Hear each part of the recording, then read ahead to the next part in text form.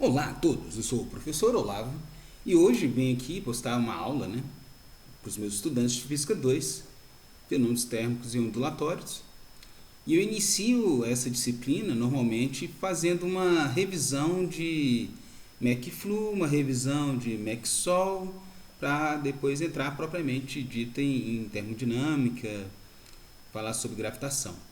Na aula de hoje vou falar sobre equilíbrio e estática, e elasticidade, que fazem parte da disciplina de estática que está presente no livro 2 do Halliday. Na aula de hoje a gente vai falar sobre as condições de equilíbrio, o equilíbrio, definir equilíbrio e as condições de equilíbrio, falar sobre o centro de gravidade, falar sobre exemplos de equilíbrio estático, resolvendo alguns exercícios, e falar, por fim, sobre elasticidade e estruturas indeterminadas. Após a vinheta.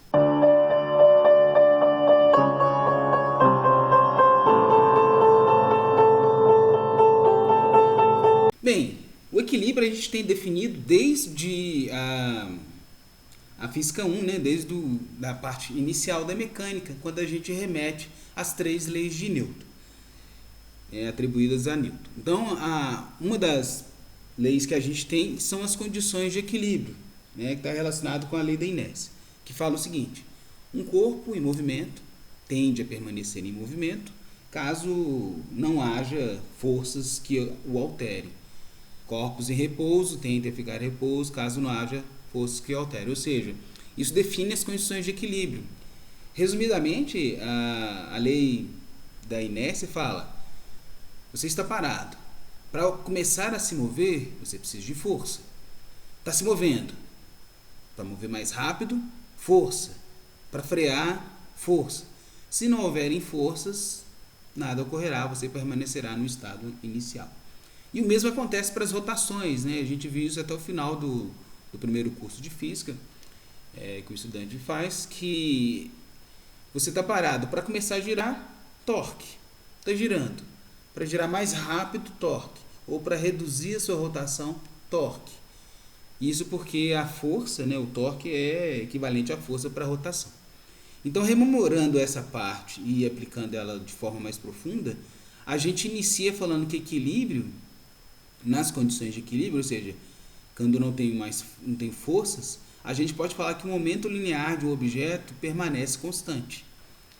Tem isso nos próximos slides, mas é só lembrar que você pode olhar para a força. Eu costumo falar que essa é a forma forte da segunda lei de Newton, como sendo a derivada d de dt do momento, que é definido por massa, velocidade. Eu gosto de chamar essa aqui de a forma forte pelo seguinte: esse tipo de força trata também os casos em que o objeto tem uma massa variável e para os casos convencionais que a gente estuda desde o ensino médio, que é os casos em que a massa é constante e você tem a variação da velocidade como sendo força, que essa parcela aqui a gente conhece ela como massa vezes aceleração. Só que aqui eu estou na condição de equilíbrio, ou seja, eu estou analisando os casos em que a força é nula. Então, derivada de quem que dá zero? É a derivada de alguma coisa que seja constante, no caso aqui no tempo. Como a força tem que dar zero, a massa vezes velocidade, ou seja, o momento P, ele é constante no tempo. E o mesmo a gente pode olhar para a condição de rotações. No final da física 1 a gente vê que torque pode ser escrito como sendo a derivada no tempo do momento angular, que é dado por R VEC P. E da mesma forma, no equilíbrio, as rotações, os torques são nulos. Então a derivada desse cara tem que ser zero. Derivada de quem que é zero? De uma constante. No caso, o L, que é o momento angular, é constante no tempo. Então essas são as principais condições de equilíbrio. Deixa eu limpar aqui, que eu até já dei spoiler antes aí. Então a forma forte da força pode ser escrito como derivada do momento linear. A forma forte do torque pode ser dado como a derivada no tempo do momento angular. Aí vem esses enunciados aí, ó. A ação vetorial de todas as forças externas que agem sobre um corpo deve ser nula.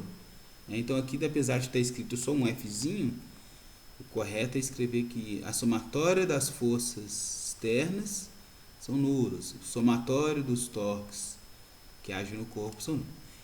A soma vetorial de todos os torques externos que agem sobre o corpo, medidos em relação a qualquer ponto, deve ser nula. Porque tem isso, lembra que eu escrevi aqui agora que o torque é R, VEC, F, ou no caso aqui, o torque, eu falei que ele era derivada no tempo do R, VEC, massa, velocidade. Então, esse R aqui eu posso escolher qualquer sistema de coordenadas, né? Vamos supor que o objeto está girando. Tem dois objetos aqui se movendo. E eles estão girando em relação a um ponto, um sistema de coordenadas aqui. Eu posso escolher um outro sistema de coordenadas e olhar a rotação dele em relação a esse outro sistema que dá a mesma coisa. E por último, o momento linear de um corpo deve ser nulo. É uma condição também de equilíbrio que a gente pode ter. Dando prosseguimento, vale a pena a gente definir nessa parte de estática, né, que compreende as primeiras listas de exercícios dos meus estudantes, falar sobre centro de gravidade e falar também sobre a diferença entre centro de massa e centro de gravidade. Como está definido aí, o centro de gravidade é um ponto na qual toda a força gravitacional é exercida, né? Por exemplo, eu tenho um objeto aqui, eu tenho uma pessoa aqui nas proximidades de um planeta. O que vai acontecer? Esse planeta, a gente vai ver mais detalhes disso, vai atrair a pessoa com uma força que é a chamada peso, e a pessoa vai atrair o planeta com essa mesma força, né? Um par de ação e reação. Onde essa força vai atuar? No centro de gravidade da pessoa. Ah, mas esse não é o centro de massa? Não. Centro de massa é um local, né? No caso aqui, vamos pegar a pessoa aqui de novo. É um local que eu posso substituir toda a massa da pessoa. Então, a pessoa tem a massa distribuída, eu posso substituir ela como um ponto com massa. E isso varia. Bem, para uma pessoa faz pouca diferença. Vai coincidir o centro de gravidade da pessoa com o centro de massa. Mas, por exemplo, se você pegar uma construção faraônica, algo gigantesco, né, que você está aqui na superfície da Terra, aí você tem uma construção enorme, assim, gigante, de forma que a aceleração da gravidade na base dela é diferente da aceleração da gravidade no topo. Aí você pode fazer uma conta e achar, e também você tem essa parte que é atraída pela gravidade, etc. Mas de forma que, na hora que você faz essa compensação da variação do centro de gravidade, você vai ver que como a gravidade aqui é maior do que aqui, o ponto chamado centro de gravidade, ele vai estar um pouco abaixo do centro de massa do objeto. Isso porque a gravidade varia. E lembra que centro de gravidade é como os corpos são atraídos. E isso não precisa coincidir com a distribuição de massa. Então, por isso que vem a definição de centro de gravidade aqui. E depois vale a pena falar sobre centro de massa, né? Então, quando a gente fala de centro de massa, a gente está pegando isso. É como se fosse uma média ponderada, né, da massa da pessoa. Por exemplo, eu posso brincar aqui, de escolher esse sistema de coordenadas aqui e colocar aqui, um altere aqui, uma massa aqui, uma massa M, uma distância, massa M1, uma distância x1, meu eixo x aqui, e eu posso colocar aqui uma massa bem maior, uma M2, que vai estar a uma distância x2. Sem fazer muita conta, né, a gente pode ver que quanto maior a massa, lembra que o centro de massa é um ponto que eu vou escolher aqui, que eu possa substituir as duas massas por esse ponto, colocar ele nesse ponto. É como se fosse equilibrar esse altera aí, um ponto. Então o melhor lugar para equilibrar, lembra? Nota que se eu colocar uma ponta aqui, esse cara aqui vai pesar mais, vai tender a girar. Então eu tenho que equilibrar os torques aqui. Então esse cara que tenta girar para cá, R vezes essa massa e a gravidade, R vezes essa massa e a gravidade, tem que igualar os dois lados aqui. Então tem que fazer uma média ponderada aqui. Então por aqui sim vai ser o centro de massa. Então a gente vê que a posição, o x centro de massa, ela é diretamente proporcional à massa que você tem, ou seja, quanto maior a massa, mais próximo você vai estar, e está relacionado também com a distância que essa massa está localizada. Aí a gente chega nessa conclusão aqui. Por exemplo, para eu achar o ponto em que esse cara aqui equilibra, eu faço uma média. Meu x do centro de massa vai ser igual a quem? A massa 1 vezes a posição da massa 1 mais massa 2, a posição da massa 2 e assim por diante. Massa 3, posição da massa 3 dividido pela massa total. M1, M2, M3, etc. Como aqui só tem 2, a gente escreve ela assim. E uma forma compacta é utilizar o somatório. Então o que esse cara aqui está falando? Então eu vou fazer um somatório dos xi, massa i, um somatório em i. Então quando o meu i valer 1, x1, m1. Quando o meu i valer 2, x2, m2. E assim por diante. E divido pelo somatório das massas. No caso aqui ele escreveu como um M maiúsculo, que é uma massa total. A gente pode fazer isso também em termos um corpo maciço, né? Por exemplo, eu pego aqui uma rocha, aqui, sei lá, uma batata aqui. Eu não sei onde, pela simetria dela aqui, o centro de massa está por aqui sim. Então o que eu faço? Eu posso definir um sistema de coordenadas, né? E picotar esse cara aqui em vários pedaços menores. Esses pedaços menores, eu vou definir cada um desses pedaços aqui como sendo um dm e faço a mesma conta, ou seja, x do meu centro de massa pode ser visto como um somatório da posição, vou escrever um R ao invés de escrever um x, vamos colocar o R de uma vez, que é a posição R mesmo. Então eu vou escrever aqui o meu R do centro de massa, eu vou pegar o RI, ou seja, em relação a esse sistema de coordenadas, eu vou olhar qual é a posição R da minha massinha, vezes o pedaço da massa, que é o meu DMI, dividido pela minha massa total. Aí a gente já sabe, né? Quando eu faço um somatório de algo infinitesimal, eu posso transformar esse cara aqui, o R do centro de massa, como sendo uma integral de R dm sobre massa total. Então, 1 sobre m aqui fora. Eu posso fazer uma transformação interessante também, que é pensar o seguinte, eu posso pegar a minha massa total sobre o volume total ser igual ao meu dm sobre o meu dv. Né? Tudo sobre tudo igual a pedaço sobre pedaço. Quando eu faço isso, olha só o que pode acontecer aqui. No lugar do meu dm, eu posso escrever massa sobre volume dv. Aí quando eu uso isso daqui nesse ponto, olha o que acontece.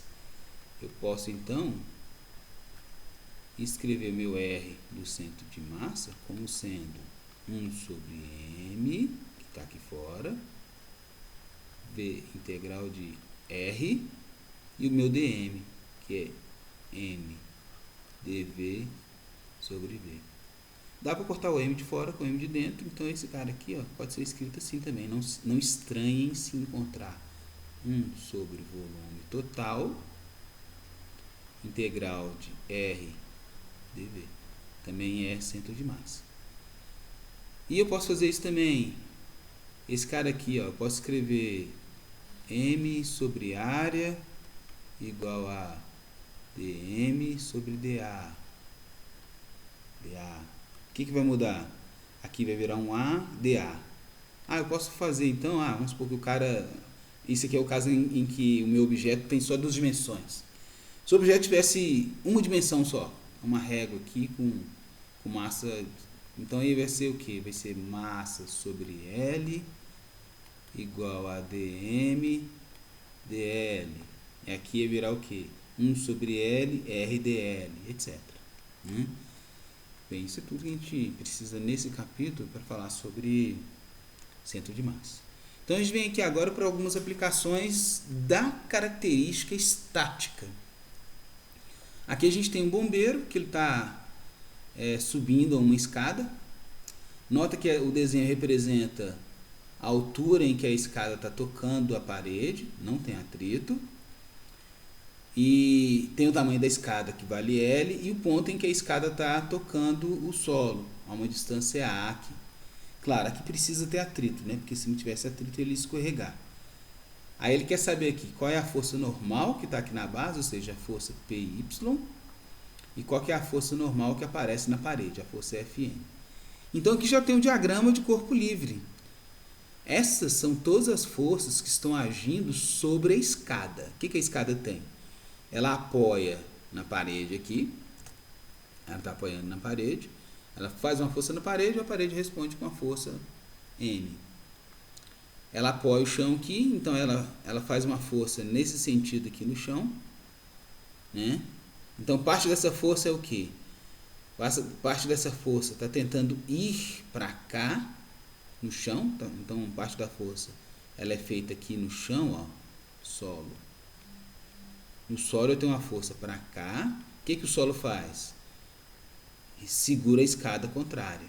Então aparece uma força aqui, que é a força de atrito, porque a escada está tentando vir para cá, aí o atrito não permite que ela escorregue. Então a escada sofre uma força contrária a essa tentativa de escorregar aqui. Essa força contrária é o meu atrito. A escada também comprime o solo. O que o solo faz? Responde com essa força normal aqui na escada. Então essa força para cima aqui tem a ver com a escada, com a força normal, que é a escada pressionando o solo. Outras forças que aparecem são o peso do bombeiro, que está localizado aqui a uma distância A sobre 2, ó, ele está na metade aqui, né? É dito que ele bem, eu não trouxe o enunciado, mas ele está na metade dessa distância.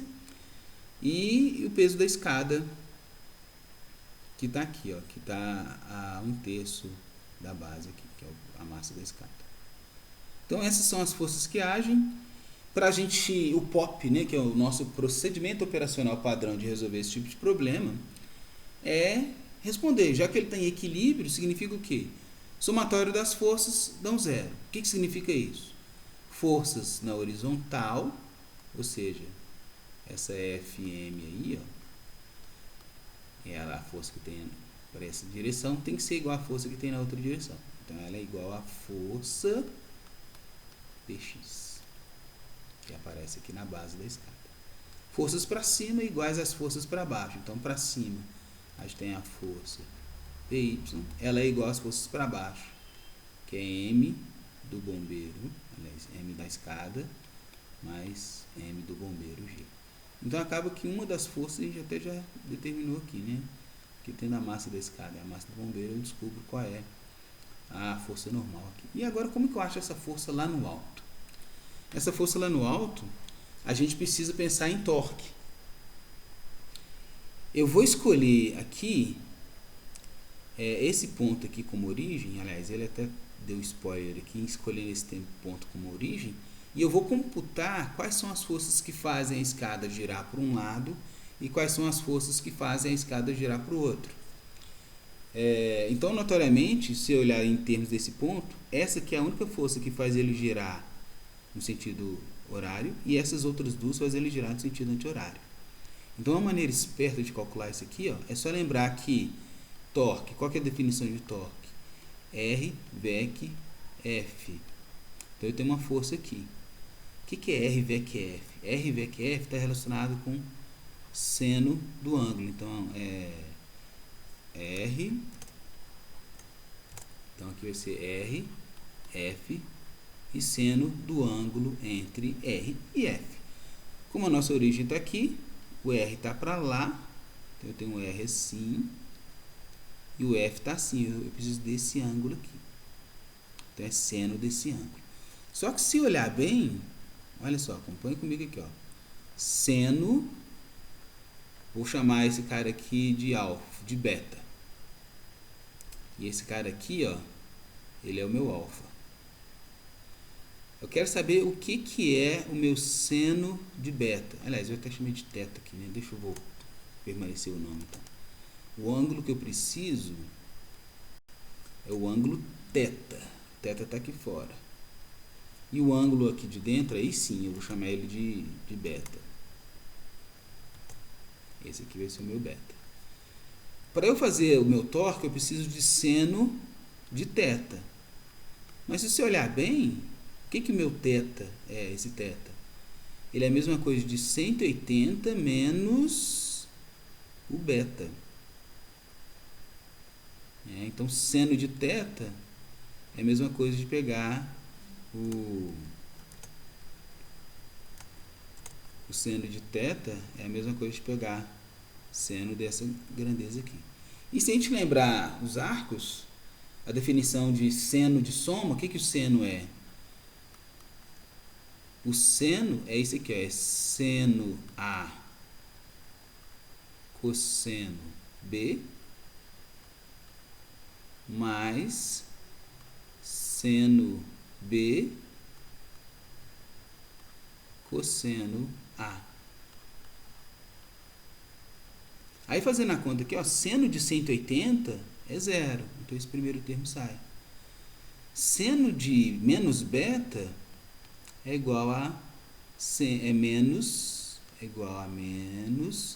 seno de beta. Só que cosseno de 180 é menos 1. Então, fazer seno de teta é a mesma coisa de olhar o seno de beta. Então, na hora que eu fizer essa conta aqui, ó, quando eu fizer o torque, eu posso usar RF seno de teta. Seno de beta, que é a mesma coisa. E se você olhar bem, o que é o seno de beta? Sim, eu já dei aula em cursinho, então eu falo. Seno é o cara que está sem o ângulo. Então, olhar para o seno de beta é a mesma coisa de olhar para essa distância toda aqui, que é o nosso H. Então, uma maneira esperta, bem, qualquer coisa vocês pausem o vídeo, voltem, vou apagar essa demonstração aqui.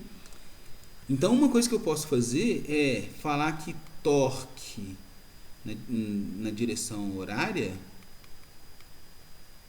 ele é dado por quem? É o FM, posso escrever tudo, né? Esse L da escada, seno de beta, onde o beta é esse ângulo aqui. Só que esse seno de beta, L seno de beta, é o próprio H. Então, o torque no sentido horário pode ser escrito como força M, que é que eu procuro, vezes H, que é essa distância aqui. Qualquer coisa, voltem no vídeo e assistam a parte anterior, que eu posso falar isso. Ó. L seno teta, o que é L seno teta? É essa distância. E o mesmo raciocínio serve para os outros que vão girar ao contrário. Ó. Aqui já vai direto, nem precisa de fazer essa transformação, porque é R e o ângulo entre esses dois, o seno aqui, já é o próprio cateto oposto. Então, o torque no sentido anti-horário, ele é quem? Ele é essa distância aqui, ou seja, ele é o Mzinho G vezes a distância que eu tenho aqui, né? Que é A sobre 3, somado com Mzão G vezes essa distância aqui, que é A sobre 2. O que é o A sobre 3 e o A sobre 2? É o pedaço do L seno desse ângulo aqui. Então, em termos de torque, olha só o que eu descubro. Eu descubro que eu tenho que ter que força lá no alto tem que ser igual a esses torques que estão aqui, ó, que é Mzinho sobre 3 mais Mzão sobre 2 vezes AG. Isso tudo dividido pelo H. Então essa é a dedução aqui do homem subindo a escada. Então tem aqui, ó, já substituindo os valores, né? Então acabei de fazer essa conta aqui, ó, GA, H, uma massa sobre 2, outra sobre 3, substituindo os valores lá do enunciado. Esse é um dos exemplos que está no capítulo 12 do livro do Halliday. Aqui você consegue descobrir o PX, o P na direção X, porque um é menos igual ao outro, né? Como a gente tinha deduzido lá no início. E a outra parte que tem a ver com PY, né? Então eu acabei de deduzir aqui também, da M1, M2G, lembra as forças do lado igual a força do outro, então a gente descobre assim, a normal. E de quebra ainda a força de atrito aqui, que é 400. Mais um exemplo aqui para finalizar essa parte e falar. É para achar aqui, no caso, eu tenho uma caixa de massa M maiúscula, uma dobradiça aqui, uma viga de massa M minúscula, e o M está aqui no meio desse o centro de massa da viga, né? E tem um cabo que segura essa viga aqui e uma corda que pendura essa caixa. Aí ele quer saber qual é a tensão na viga, a força que a dobradiça faz na parede, e qual é a tensão no cabo, né? A tensão no cabo e a força da dobradiça. Aí daqui a gente já vai para diagrama de corpo livre. Essas são as forças que agem na dobradiça, na viga, né? Então a viga tem o centro de massa dela aqui, então tem a massa da viga para baixo, a caixa puxa aqui para baixo, a corda sustenta essa caixa, e na dobradiça aqui, ó, essa dobradiça, eu gosto de analisar ela assim, né? Ela tá furando aqui a parede, ó. Ela fura a parede assim. O que a parede faz?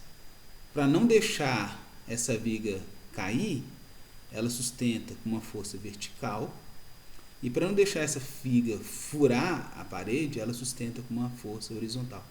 Então por isso que essa força que ele faz perfurando a parede, ela é para cima e para fora aqui. E vice-versa do lado de cá. Então vou fazer mais rapidamente, aliás eu já vou direto para a resposta. Mas aqui é o de sempre. Forças na vertical igual às forças na... Então, ó, essa aqui eu tenho para baixo, tem que ser igual a essas duas para baixo, tem que somar essa daqui para cima. Então já posso até escrever aqui força vertical, a tensão corda, mais a massa da caixa, a massa da viga. Aí na horizontal, força horizontal, ela tem que ser igual a, ele chamou de FK, que é a força normal aqui na parede, a força horizontal, desculpa. A força horizontal tem que ser igual à tensão na corda. Isso, eu escrevi errado aqui. Então, tensão no cabo, né? Essa força horizontal aqui tem que ser a tensão cabo. E assim por diante. E depois eu olho os torques, né? Eu vou escolher esse ponto aqui, igual ele fez aqui, ó. Aqui é a minha origem, então esses dois fazem ele girar para um lado e tem que compensar o que faz girar para o outro e assim por diante. Aí a gente constrói essas leis aqui, ó. Então, ó, a distância A, que é essa distância. Lembra que eu posso resumir isso? Ao invés de olhar esse cara e a força, essa força seno é a mesma coisa dessa distância. Então eu posso olhar o A vezes esse cabo. Mesma coisa, esse cara aqui está tentando girar para cá. Então é a mesma coisa de pegar o quê? O B vezes essa força. Por isso que apareceu aqui, ó, A, tensão no cabo, A, tensão no cabo, A, tensão no cabo, né? E B, tensão na corda. E também tem aqui, ó, eu estava esquecendo, esse carinha aqui no meio aqui também faz ele girar nessa direção. Por isso que aparece esse pedaço aqui também. Então, o que faz girar para um lado comparado com o outro. Aí, fazendo a outra força aqui, aí isolando a tensão no cabo, a gente consegue achar o valor aqui. Aí, como eu falei, na horizontal, isso aqui é verdade, a gente acha a tensão no cabo. Agora, para achar a força vertical e horizontal aqui, eu faço aquela condição. Eu achei a força na horizontal, né? Porque ela é igual a tensão no cabo, falta eu achar a força na vertical. Aí eu uso aquela condição que as forças para cima é igual às forças para baixo. Então, para cima eu tenho só a força vertical, tem que ser igual a essa e essa. Por isso que essa daqui ela é igual às outras. Como eu tenho a tensão na corda do problema anterior, eu consigo achar a força vertical. Aí, por fim, eu faço aqui já que a força na horizontal eu tenho aqui, e a força na vertical eu acho aqui, eu posso fazer um Pitágoras, né? Que a força é uma diagonal aqui. Aí eu somo essa aqui ao quadrado com essa aqui ao quadrado e acho a raiz, né? Finaliza o problema. E por último, existem condições que a gente chama de estruturas indeterminadas, que significa o quê? Sempre ali eu buscava duas principais equações, que é o somatório das forças, somatório dos torques, para eu conseguir um conjunto de equações que me leva à resposta. Nos casos anteriores, tanto aqui quanto na escada, a quantidade de incógnitas que eu tinha eram compatíveis à quantidade de equações que eu construía. Então, geralmente eu posso construir uma equação de forças na horizontal, uma equação de forças na vertical, torques numa direção, torques na outra, igualar. Geralmente eu me valido de 3 equações. Mas existem condições, que é o caso exemplificado aqui, de forças indeterminadas que eu não consigo resolver isso. Por exemplo, a mesa é uma estrutura indeterminada. As 4 formas que as pernas estão sujeitas diferem em módulo e não podem ser calculadas usando apenas leis de equilíbrio estático. Porque, olha só, eu tenho 4 incógnitas. Claro, se esse elefante estiver centralizado na mesa, essas 4 forças são iguais. Mas se ele pender para uma delas, essa vai receber uma carga maior do que as outras. Eu não consigo determinar isso. Eu preciso de mais informações. Então, quando a gente fala assim, que a gente tem mais incógnitas do que equações que se pode produzir, a gente chama essa estrutura de estrutura indeterminada. Lá em Maxwell, você vai enfrentar treliças e várias condições mais completas e complexas do que o que a gente aprendeu aqui, mas já é como eu disse, um pré-Maxwell. E para finalizar, a gente tem 3 situações de elasticidade de objetos, né, que são usados para descrever, está escrito aí, 3 modos de elasticidade usados para descrever o comportamento elástico e as deformações que objetos são submetidos devido à força. Então a gente tem uma deformação relativa ao comprimento, uma de tensão, né, que é relacionada à força por unidade de área. Aí aqui tem uma rápida ilustração das 3. Aqui tem, por exemplo, uma haste ou um cabo que depois de muito esticado ele deforma. Temos aqui o que a gente chama de cisalhamento e temos uma compressão hidrostática, né? Então, falando um pouquinho de cada uma, a tensão ou de tração ou compressão pode ser descrita por essa fórmula aqui, em que a gente tem força por área do objeto é dado por e a variação, por exemplo, do comprimento pelo comprimento. Esse ele é como se fosse uma impressão digital do objeto, né? Ele é uma constante de deformação e cada metal, por exemplo, tem sua constante de deformação. E ela pode ser utilizada, por exemplo, para caracterizar uma liga, o quanto de cada material tem, dependendo desse E. Temos aqui a tensão de cisalhamento, mesma forma, né? A força que se aplica por área pode ser dada por uma constante de cisalhamento e o quanto se deslocou por comprimento. Então, esse objeto tem um comprimento L, eu faço uma força na lateral dele aqui e ele desloca do seu estado inicial aqui, né, pensando em termos de corpos rígidos. E essa constante G também ela é conhecida como módulo de cisalhamento. Aqui era um módulo de Young, né?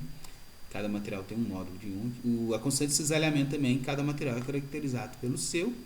E por último, quando a gente tem objetos que são comprimidos, no caso que a gente tem a tensão hidrostática, então aqui está relacionado com a pressão aquática, a pressão do líquido, né? A gente vai ver mais detalhes nos próximos capítulos falando sobre hidrostática. A gente tem aqui o B, que é a constante de elasticidade volumétrica, que também é característica do material. Esse B está relacionado com quanto o material se deforma. Bem, e aqui as principais informações desse material foi todo retirado do Halliday, na ilustração. E eu deixei o grupo de elaboração do ensino, né, de física, que tem ilustrações interessantes em forma de quadrinhos. E é isso. Gostou, né? Bem, eu me diverti. Curta e compartilhe o conteúdo que estou produzindo, para chegar a mais pessoas que possam gostar também. Até o futuro.